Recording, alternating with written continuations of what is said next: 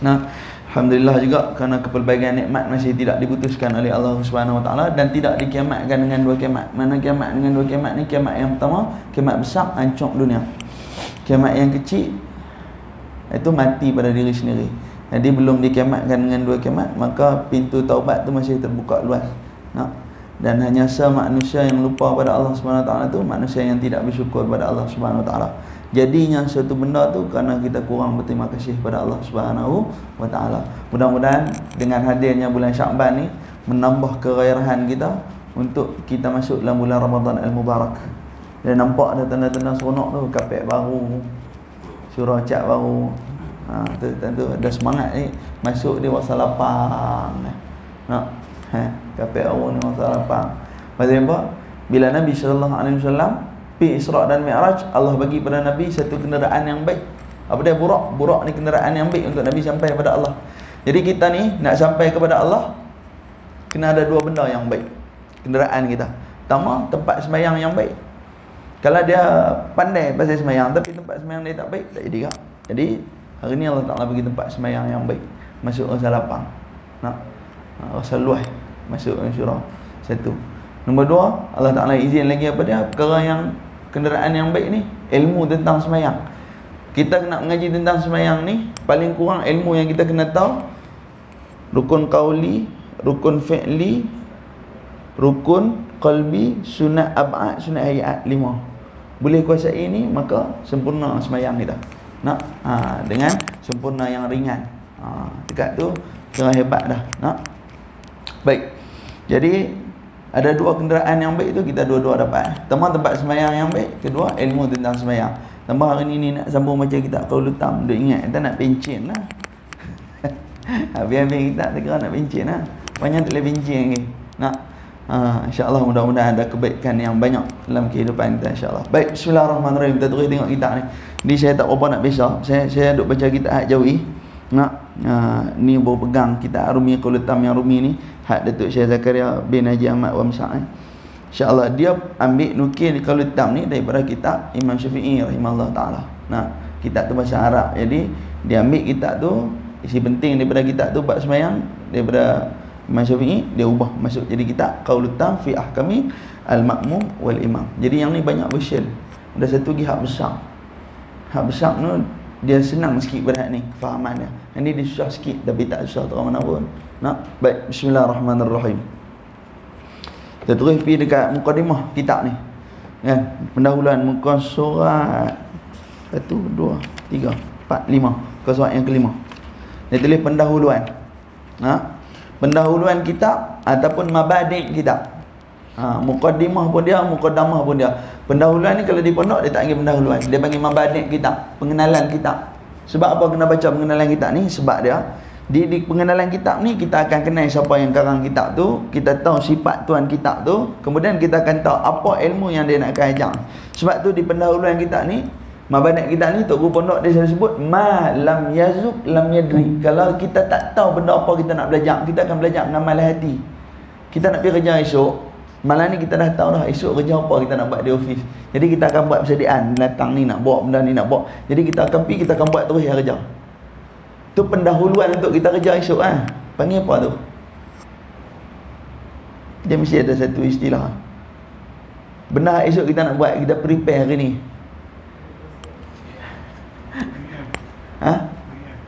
Di BM Pre-M.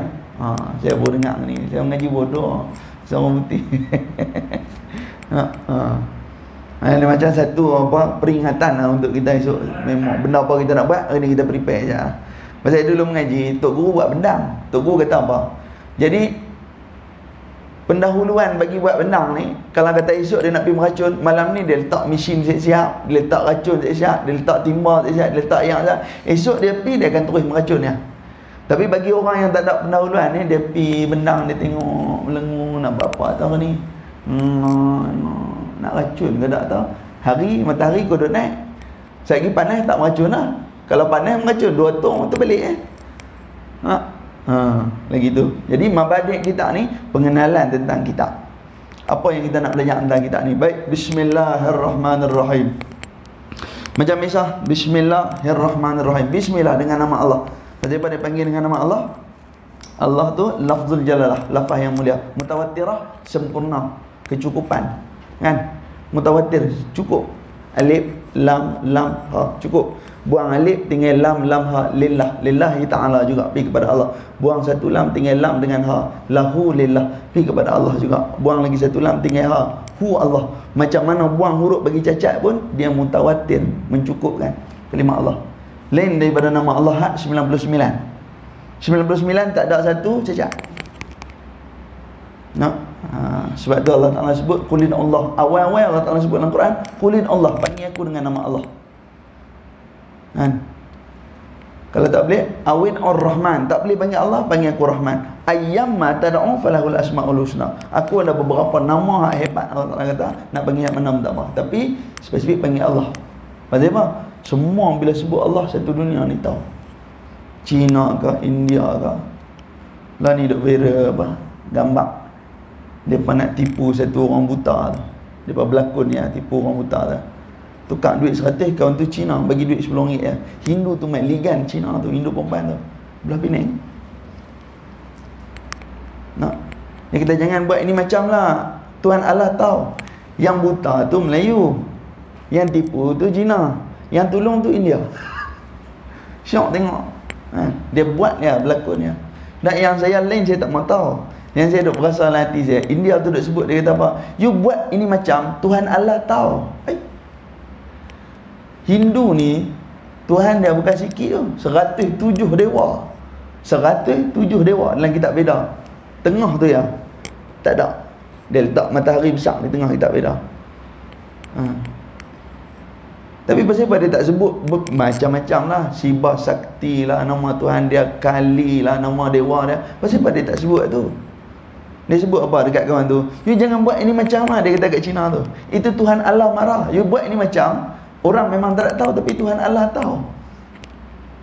Maknanya dia Tuhan dia apa Allah juga. Cumanya apa? Pasal dia tak mengaku Nabi Muhammad. Kalau dia mengaku Nabi Muhammad, dia lagi kuat Islam daripada kita. No? Baik, jadi bismillah dengan nama Allah. Pasal apa pakai nama? Allah ni nama dia hebat dah. Nama Allah ni hebat dah. Tak payah sebut lagi, sebut nama yang hebat dah Allah. Ar-Rahman. Ar-Rahman, apa definisi Rahman? Ar-Rahman al-istighna an kulli ma siwah. Ar-Rahman, Tuhan tu istighna, kaya an kulli ma siwah, daripada sekalian yang ada. Okey, orang tanya kaya Tuhan macam mana Ustaz? Mudah. Tuhan kaya tu orang mana? Kaya dia buat tapi dia tak ambil manfaat. Kita semayang, Tuhan hidup. Kita tak semayang pun Tuhan hidup. Tuhan buat jalan, dia tak berjalan atas jalan raya.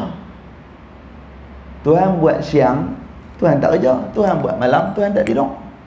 Itu istighna kulli ma siwah. Kita dah. Kita punya kekayaan setakat kita ya. Pak Ngah ada basikal kecil tu. Pak Ngah seorang yang boleh naik. Orang lain cuba minta pinjam RM5. Serang RM5 orang tu. Kaya manusia dekat tu ya. Manusia kaya dekat diri dia. Allah Ta'ala kaya ni macam mana? Kaya Allah Ta'ala ni maksudnya dia buat tapi dia tak ambil manfaat. Ar-Rahim. Ar-Rahim al-iftiqar minhu. Rahim ni apa dia? Tuhan sajalah yang boleh mengeluarkan daripada api neraka. Rahman sayang, Rahim kasih. Kasih ni macam mana? Kalau Tuhan bagi nikmat, dia yang boleh berkeluar daripada api neraka. Maknanya kalau dia bagi kita kaya, dia saja yang boleh sekat kita, kekayaan kita tu supaya kita tak melampau dalam kita kaya. Kalau dia bagi kita boleh semayang, dia aja boleh sekat semayang kita tu supaya kita tak sombong. Tu maksud Rahim Tuhan. Jadi bila sebut Bismillahirrahmanirrahim, di sini kena ingatlah hati. Bismillah, ya Allah, aku minta dengan nama Allah, tak ada nama paling mulia. Ar-Rahman, wahai Tuhan yang Maha Kaya ni, bagilah pinjam sikit ya Allah kesihatan yang ada ni. Ar-Rahim, ya Allah, kalau bagi aku sihat, jangan bagi masuk neraka. Bismillah tu kena sebut lah hati macam tu, cepat sampai dah pada Allah Subhanahu Wa Taala. Daripada sebut Bismillah biasa, budak tadika berhenti. Baik, habis selesai Bismillahirrahmanirrahim. Tak sebut banyak-banyak. Ada dalam hadis, orang yang baca Bismillahirrahmanirrahim ni sebanyak 21 kali mimpi dia tak buruk, mati dia tak terkejut. Tu di antara dia. Tak nak tengok dalam kitab apa ini? Ini tentang boleh tengok dalam kitab Pati Rahsia. Dia hurai semua hampir 200 jenis kafiat Bismillah. Barang siapa yang baca Bismillahirrahmanirrahim 41 kali, kebun dia binatang tak masuk, rumah dia api tak singgah. Nak, tu kafiat Bismillahirrahmanirrahim. Dan di antara dia yaqra'u Bismillahirrahmanirrahim bila harfin zada balada. Hak tu guru duk sebut semua tu. Hak yang kita duk kena buat tu dah. Man yaqra'ul Bismillahirrahmanirrahim bila harfin zada balada. Siapa hak baca Bismillahirrahmanirrahim sebanyak huruf dia tak bodoh. Dihilangkan kebodohan. Berapa huruf Bismillahirrahmanirrahim? 786 kali. Tiap-tiap anak kena baca. Satu anak kena baca 786 kali Bismillahirrahmanirrahim. Ada tu ada sahih. Siapa yang baca Bismillahirrahmanirrahim dekat anak dia, zada balada, dihilangkan kebodohan. Hilang bodoh ni macam mana? Pertama, dia belajar sikit ya, hikmah Allah Ta'ala bagi banyak. Yang kedua, maksud hilang bodoh ni, bila dia cukup umur, dia tak minta duit kat mak ayah dia dah. Rezeki dia Allah Ta'ala jamin sampai syurga. Tu maksud zada balada. Pada tiap-tiap anak kena baca Bismillahirrahmanirrahim 786 kali. Bismillahirrahmanirrahim. Nah, tu hadis tu masyhur lah. Tiap-tiap tok guru duk sebut tu. Nah, kata tapi belah pulang pun hak yang sanad hadis Bukhari pun duk sebut tu. Bismillahirrahmanirrahim. Baik, pendahuluan. Alhamdulillahilladzi mawsufa bi sifatil akmal. Al-mitruhu fi jalalahu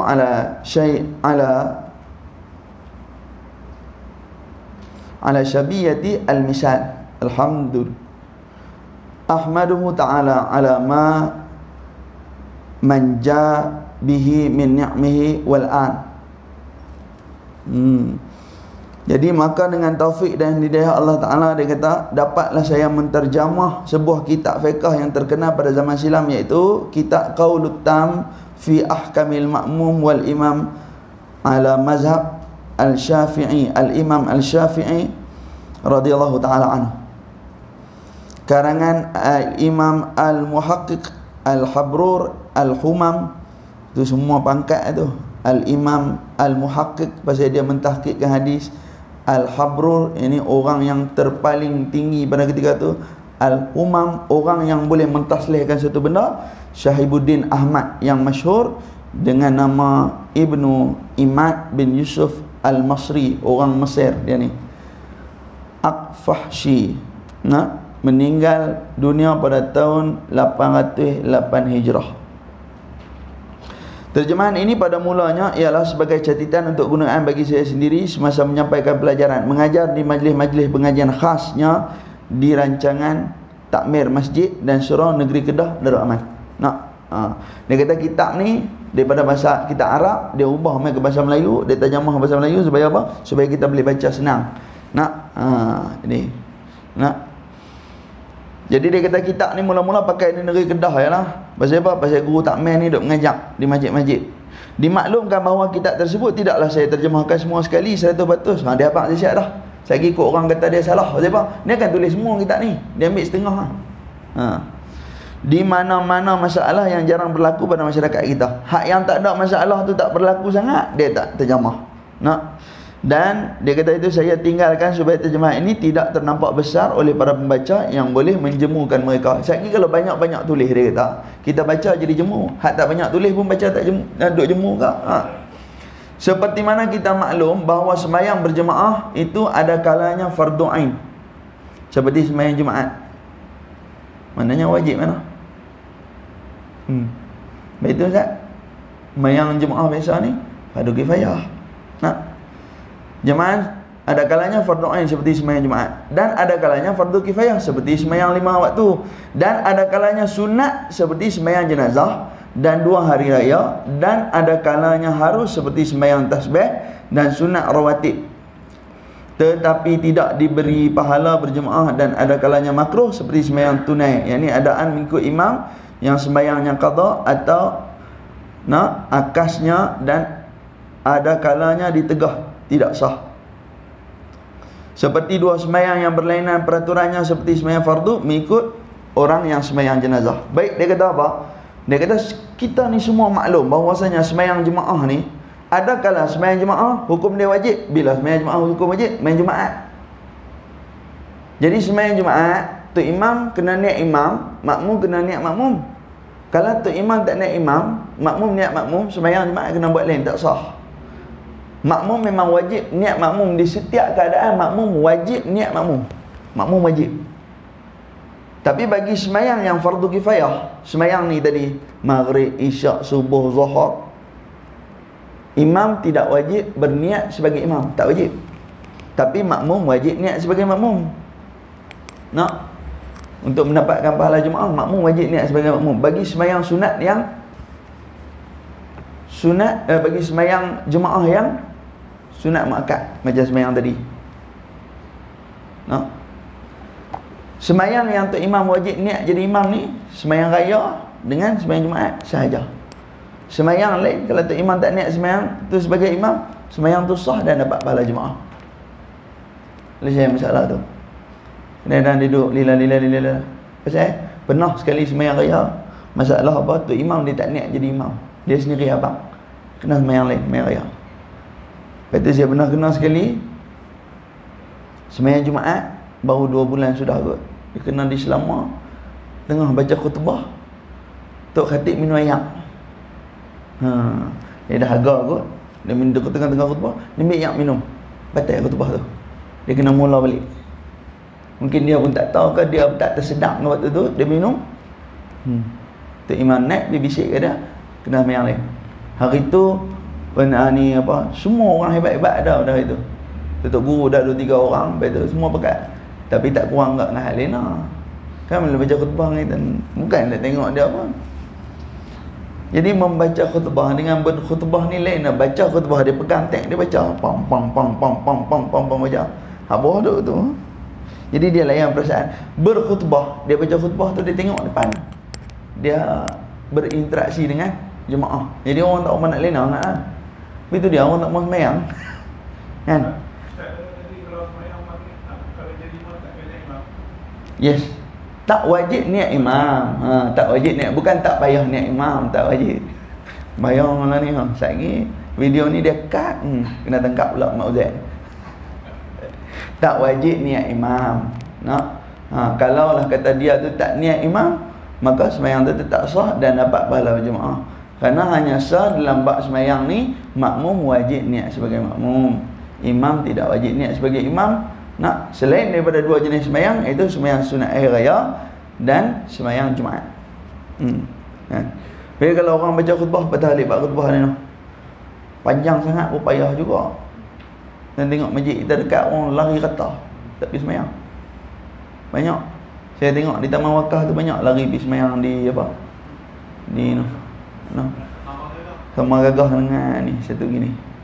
Belah sini pun ada pergi kat masjid tu lah ni, Keban dah. Masjid Tan Simar 3. Masjid ni, Masjid Matampau. Lari Sama Gagah, lari satu lagi rumah ni. Bukan Mata Jangkui. Subhanallah. Masjid Batu pun lama tak dapat tak pergi. Masjid Batu, Masjid Mata Jangkui, yang duk pin satu lagi tu jauh tak. Allah masalah.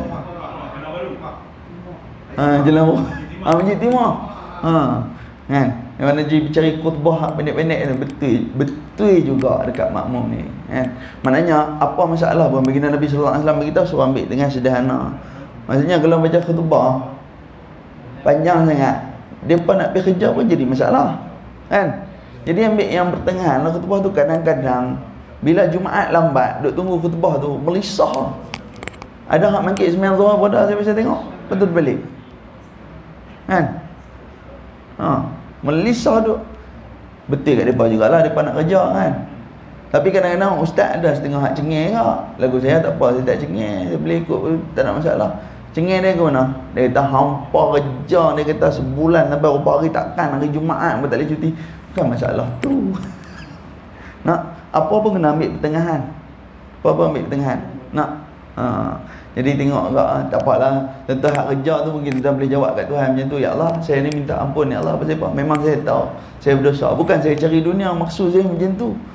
Saya terpaksa buat. Takkan saya nak lawan dengan bos. Di sana bergaduh pun tak bergerak. Mana boleh orang sembahyang bergaduh kan? Mana orang sembahyang bergaduh. Jadi ambil yang pertengahan, pergilah cari masjid khutbah dia pendek sikit. Jadi bila khutbah tak ada teks ni, dia boleh pergi lari 12, 16, 12, 16 ni. Dia bukan tak bagi, bukan saya pun bukan tak setuju sangat. Dipersilakan bagi orang tua, bagi orang yang nak macam tu. Kita tak sama seorang-seorang kan. Jadi ibadah kepada Allah ni pun tak sama. Nah. Baik, qala musannif rahimahullah taala. Kemudian dia kata begitu juga dengan dia kata ada kalanya sunat, dia kata sembahyang berjemaah seperti sembahyang jenazah dan sembahyang hari raya. Ada skalanya harus seperti sunat tasbih dan sunat rawatib yang lain. Bukan sunat rawatib nanti sembahyang tu. Dan tingkatan fadilat. Apa dia ni? Tingkatan kelebihan-kelebihan dalam mengerjakan sembahyang berjemaah ialah di dalam sembahyang Jumaat. Kemudian sembahyang berjemaah subuh pagi Jumaat. Dia nak abang kata esok yang telah kelebihannya. Hari esok ni pun jadi isu juga lah. Kalau saya subuh Jumaat, saya baca surah sejadah ya. 2 rakaat tu saya baca surah sejadah ya. Saya kerat. Pasal apa? Hak belakang nak hantar anak sekolah. Janji kita ambil ke Rasulullah tu. Ambil kat Rasulullah pagi Jumaat, Rasulullah baca surah sejadah, ambil kat tu. Tapi kerat lah tinggal satu surah kan. Tapi betul-betul kalau duduk di pondok tu guru marah. Rakaat pertama kena baca apa habis surah tu. Rakaat kedua hang baca hal atas. Lambat-lambat kita di pondok kan belajar saja. Mana ada orang kerja di pondok. Jadi boleh lah. Tapi memang duduk di sini nak hantar anak sekolah, sekali nak canggah pergi kerja pula. Nanya. Kan? Lah ni saya ambil keputusan pula, rehat, tak mau dah jadi imam. Saya pergi tumpang semayang Pasal apa? Kalau saya pergi, saya baca aku tu, A kata aku ni, B kata aku ni, jadi susah saya. Jadi begitu imam tu. Sedangkan saya pergi jadi tu imam tak ada elang pun. Jadi kalau mereka nak marah tu, biarlah hak kena marah tu hak ada elang walaupun dia tak boleh jawab. Jadi dia kena marah pun dia dapat duit. Jadi saya teruk saya kalau kena marah, satu kena marah, nombor 2 tak dapat duit. Baik, jadi tuan-tuan pun terpulang, tak ada masalah. Ustaz, kami nak semayang juga, nak dapat juga pahala sujud sejadah macam Rasulullah. Duduk di rumah sendiri, semayang, baca surah Alaq, Iqra bismi rabbikal ladzi khalaq tu. Sampai kalla la tuti'hu wasjud waqtarib, turun sujud. Saya pergi naik atas balik, sambung qul huwallah. Lepas tu rukuk, lepas tu jalan macam biasa. Senang. Habis kita buat sendiri seorang-seorang. Cuma tak dapat pahala 27 ya, dapat agak pahala macam Rasulullah tu sudah. Lah ni nak apa sebenarnya? Dalam hidup ni sebenarnya kita ni nak apa? Dan jalan hak kita pilih tu setentang tak hak Allah nak. Kalau hak kita nak tu tak setentang dengan Allah nak, macam mana maksud tak setentang dengan Allah Ta'ala nak? Kita nak tapi hak Allah kata tak boleh benda tu. Kalau kita buat agak bergaduh, tak usah buat Pasal hidupan kita ni mencari redha Allah, masuk syurga kerana redha Allah. Bukan kerana kita banyak amalan, bukan kerana kita pandai. Tak ada syurga untuk orang pandai. Mana ada syurga untuk orang pandai? Tak ada syurga untuk orang pandai. Yang ada syurga untuk orang yang baik. Sebab tu kita ada usaha jadi baik dalam kehidupan kita. Hari ni Allah cukup baik bagi kita. Kadang-kadang kita tak pernah sedar. Pasal apa? Masa kita susah, dan tengok betul masa kita susah, Allah Ta'ala bagi Covid kat kita, semua orang boleh ibadah dengan sempurna, orang boleh tadah tangan kat Allah. Kan? Lepas tu Allah Ta'ala hantar bantuan. Kita nak mula balik kerja, berapa banyak orang minta bantuan kat orang lain, kerajaan lah bagi apa semua. Kita nak mula kerja tu, kita susah, kita tak ada duit balik lepas Covid tu. Allah Ta'ala main hantar bantuan kat kita, kawan-kawan pun bagi. Kita nak mula kerja, tapi cakap kita duduk betul ke? Kita duduk sombong ke? Pasal apa? Pasal bila senang yang manusia lupa, pasal manusia tak bersyukur. Cakap kasar dengan orang, cakap lebih kurang dengan orang. Pasal apa jadi gitu? Masa kita susah, kita lupa Allah Ta'ala tolong kita. Ya Allah, Ustaz, Allah tolong kita, bukan manusia tolong. Lah, Allah hantar melalui manusia lah. Tapi kesombongan tu tetap duduk dalam diri, tak pernah buang dan tak pernah padam. Yang ni bahaya. Ini bahaya. Masa susah, tak ada tangan ke Tuhan ni sampai ke atas. Bila Tuhan bagi hidup balik, di mana kita dengan Tuhan? Ini kena jaga betul-betul.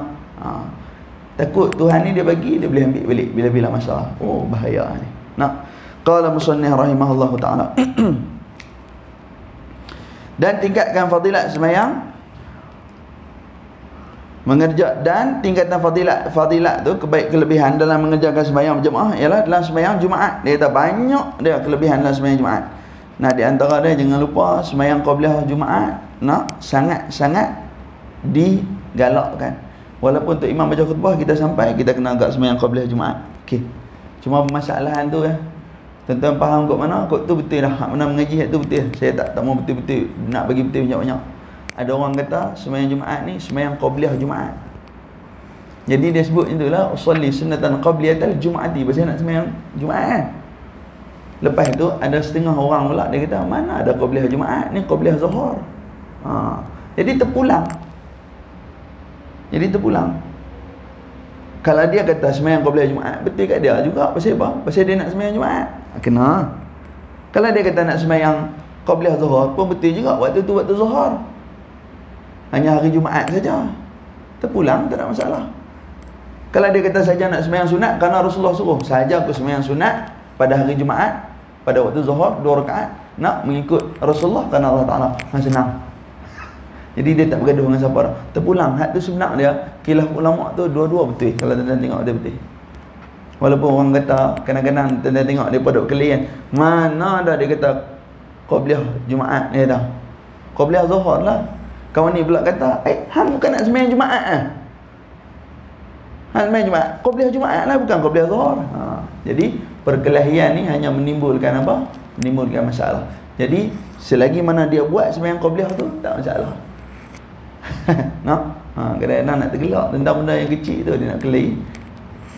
Qala musannif rahimahullah taala. Kemudian dia kata sembahyang berjemaah subuh pada pagi Jumaat. Kemudian sembahyang berjemaah subuh pada hari-hari yang lain. Kemudian berjemaah Isyak, kemudian berjemaah Asar, kemudian berjemaah Zuhur, kemudian berjemaah Maghrib, dan sembahyang berjemaah di dalam menunaikan sembahyang fardu yang 5, iaitu berdasarkan hadis Sahih Bukhari dan Sahih Muslim, iaitu salatul jamaati afdalu min salatil fazzi bi 27 darajat. Hadis ni selalu duk dengar dalam khutbah kalau negeri Perak, hadis ni depa tak tinggal tulis dalam khutbah. Yang salatul jamaati afdalu min salatil fazzi bi 27 darajat. Sembahyang berjemaah ni melebihi fadilat sembahyang seorang diri sebanyak 27 darjat. Jadi tak kisah kan. Jadi berapa dalam satu hari tu taklah mesti semua nak kena sembahyang jemaah kan. Kadang-kadang kita buat kerja.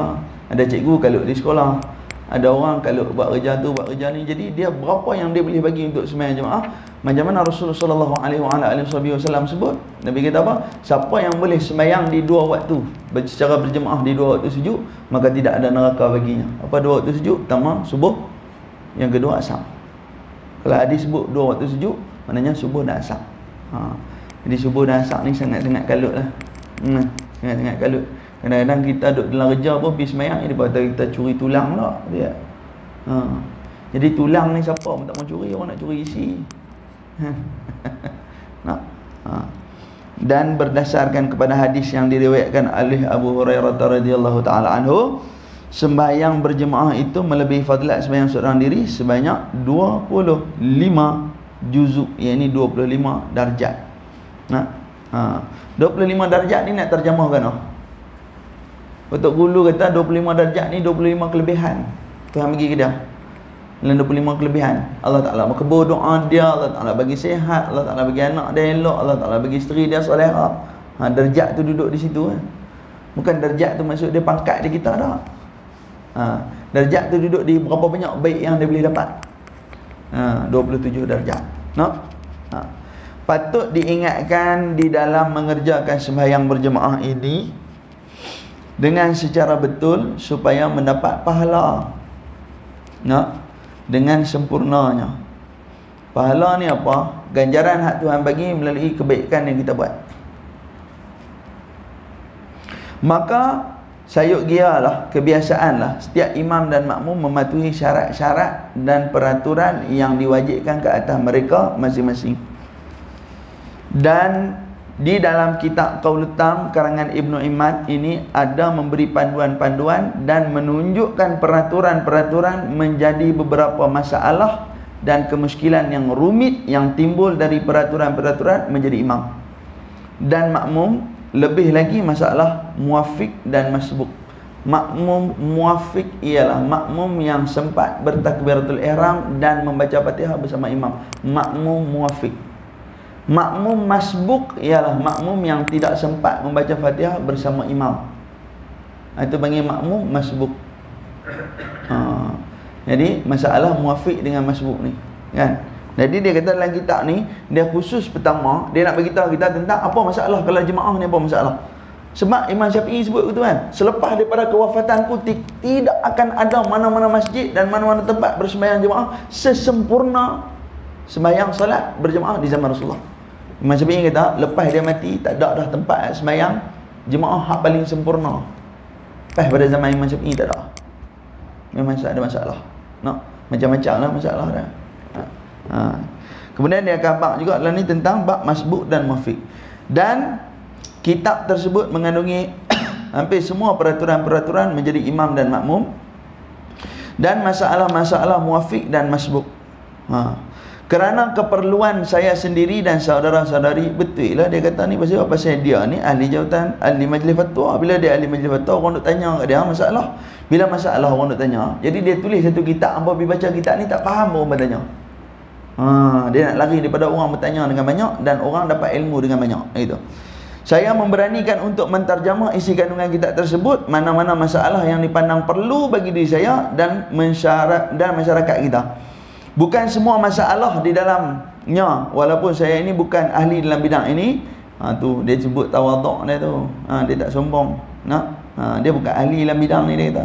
Dan membuatkan saya berani dalam hal ini kerana saya yakin akan di belakang saya para alim ulama yang ikhlas lagi jujur, yang sanggup membetulkan jika didapati salah dan silap dari susunan, terjemahan, huraian bahasa dan lain-lainnya. Wallahu a'lam. Wal kamalu lillahi wahdah. Wal kamalu lillah, dan kesempurnaan tu hanya pada Allah Subhanahu wa taala, wahdah, yang satu. Dan saya berharap kepada Allah Subhanahu wa taala supaya ditamatkan terjemahan ini sampai habis masalah-masalah yang penting yang kerap berlaku dalam masyarakat kita di Malaysia. Dan semoga terjemahan ini berguna bagi saya dan umum manfaatnya seperti mana asalnya, dan semoga terjemahan ini juga diterima sebagai usaha mencapai keredaan Allah Subhanahu wa taala. Salam hormat daripada saya, Haji Zakaria bin Haji Ahmad, Wan Besar, ahli jawatan Kuasa Fatwa Negeri Kedah Darul Aman. Disebut itu nombor alamat dia di Stadium Al-Ustaz Kedah Darul Aman dan nombor telefon. Sini dia tak sebut kitab ni bila mula dicetak. Dicetak ada disebut ini. Sebelum ni pada 1 Muharram tahun 1992. Jadi kitab ni tentang umur dia 31 tahun. Kitab ni umur dia 31 tahun. Bukan kitab lama, kitab baru ni. Kitab baru ni dia ada 31 tahun dah umur dia. Dia beranak sama dengan saya tahun 1992. Cuma beza dia bulan Julai, saya bulan Mei. Jadi saya muda pada dia lah. Dia bulan Julai, saya bulan Mei. Jadi saya muda pada dia. Julai dengan Mei mana banyak lah. Julai lah banyak. Baik, jadi mukadimah kitab ni dia abang-abang kita. Dia nak abang dengan kita. Pertama, dalam kitab ni dia nak cerita tentang kelebihan sembahyang jemaah. Apa lebih dia sembahyang jemaah daripada sembahyang biasa seorang-seorang. Situ. Tu pun dia dah hurai dah sikit-sikit. Dia dah hurai dah sikit-sikit kebaikan sembahyang pada subuh hari Jumaat, sembahyang pada hari Jumaat jemaah. Dia bagi tahu dah, kita sikit-sikit dah nampak dah. Kemudian dalam kitab dia nak cerita kita apa masalah yang selalu berlaku dalam jemaah, sembahyang jemaah ni apa masalah berlaku. Tadi saya pergi baling jumpa Tuan Guru Haji Ismail Tembak. Balik dia singgah semayang di Masjid Keladi Kulim. Singgah semayang di Masjid Keladi Kulim. Jadi saya duduk sah nombor 3, semayang zuhur sah nombor 3. Ni saya nak cerita keadaan masyarakat kita duduk tengok hari ni kan. Jadi bila duduk sah di nombor 3, sah nombor 2 tu depan tu tiba-tiba kosong. Lagu mana jadi pun tak tahu, tak ada lorong kosong besar. Seorang-seorang genjak. Sampai tanggapan tu dia tak genjak. Pasal beg dia duduk tu. Dia duduk pick up macam mana nak genjak. Saya pergi kalau aku genjak, beg duduk tang ni, aku duduk tang ni. Baiklah. Bila sah tu kosong di depan, bukan orang belakang yang di depan. Yang wajib memenuhkan sah yang kosong daripada kiri merapat ke kanan. Jadi kalau hujung ni kosong, contohlah ni, sah ni dengan sah ni, hujung ni kosong, tang ni kosong, orang belakang baru pergi ke depan. Kalau dia tak mau pergi pun, sah tu dikira tak putih. Sah tu dia tak putih. Kerana yang wajib merapatkan di antara kiri ke kanan. Nah, tiba-tiba Pak Long ni tak pergi. Hak belakang pun tak mau pergi, buat tak tahu. Jadi sah tu putih ya. Kan? Jadi sah tu putih ya. Soalannya gini, depa tu dapat tak pahala jemaah? Saya duduk orang ni lari tak ada pikir tu. Depa ni dapat tak pahala jemaah? Dah kawan tu dah 1-0. Jarak di antara kawan tu dengan kawan tu 2 orang boleh masuk tu. Baik. Dia ada 2 khilaf ulama dalam fiqh ni. Ulama pertama kata mereka tetap mendapat pahala sah tu. Kenapa? Kerana mereka duduk di satu lantai walaupun jauh. Ulama yang lebih menjaga, dia kata apa? Mereka tidak mendapat sah tu kerana mereka tidak merapatkan sah mereka di antara satu sama lain. Ulama yang ketiga kata pula, jika mereka tidak mengetahui, maka mereka akan mendapat pahala sah tu. Nampak? Jadi hak kata dapat ada dalil, hak kata tak dapat pun ada dalil. Jadi sebab tu di antara ulama dia pun tak bergaduh. Kita ada bergaduh nak berbetul kita. Hei, tak boleh tu. Kosong. Tak boleh tu. Kawan ni pun buka kitab tunjuk ni, ulama kata dalil ni, dia pun sentuh bala tu. Jadi hak mana hak betul, hak tu berikut Rasulullah, hak ni berikut Rasulullah. Tak nak abang kata penggunaan sunnah ni bersesuaian dengan zaman. Bukan pengamalan sunnah ni ikut siapa hak cerdik, siapa yang mengaji banyak. Nak? Tuhan tak pilih orang yang mengaji banyak masuk dalam syurga macam saya kata tadi. Bukan ada syurga bagi orang yang pandai, tapi orang yang hikmah di sebalik tu. Kan? Bukan cari siapa yang baik, tapi apa yang terbaik saat ketika tu. Jadi yang terbaik saat ketika tu memang dia tu tak tahu. Tuhan ampun dosa dia. Jadi kalau hak belakang ni pergi ke depan, dia pula kosong. Sebab tu sah ni daripada kiri pergi kanan, pergi kanan, pergi kanan, pergi kanan. Habis selesai masalah tu. Jadi dalam kitab ni nak cerita hak tu, kalau jadi masalah tu kita nak buat apa? Kan? Dia duduk sayang ke beg tu, tinggal beg tu sekejap lagi. Ni tak? Kawan tu habis sembahyang, peluk beg tu belah. Duduk dalam rumah Tuhan pun takut. Nak?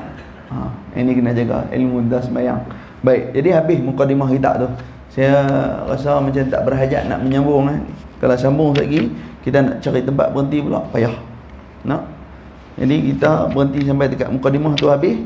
Nanti kita sambung lagi tentang khutbah kitab. Lepas tu dia ada khutbah kitab pula. Nak?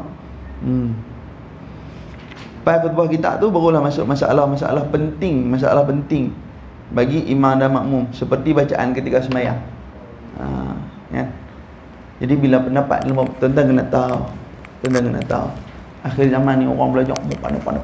Tengok ustaz banyaklah ni. Banyak ustaz. Siapa cendawan tumbuh lepas hujan. Tapi macam kita duduk sembang lah. Tunggu je Allah Bukit Lada dia sebut apa. Hari ni semua orang pergi mengaji, semua balik jadi ustaz. Tok Guru mana? Apa maksud dia? Tok Guru ni hampir mengaji, balik handuk di kampung, masyarakat masalah apa semua tanya hang. Tok Guru ni kan pernah kisah dia ada gaji ke dia tak ada gaji, orang main tak berah, dia duduk rumah dia buruk pun buruk. Tapi masyarakat akan senang bila dia ada, orang tak bergaduh. Ustaz ni dia pergi mengajak saudara tu habis balik. Sekali lagi pergi mengajak saudara lain pula balik habis dia dapat. Apa nak buat ke, apa tak mau buat ke, dia kira gitu. Itu masalah dah.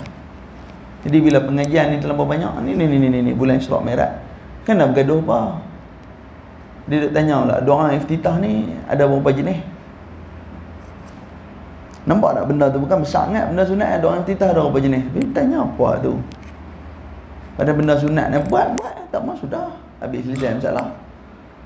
Benar Rasulullah sallallahu alaihi wasallam baca doa iftitah, terus baca inni wajjahtu wajhiya lillazi fatara as-samawati wal ardi hanifa muslima wa ma ana minal musyrikin.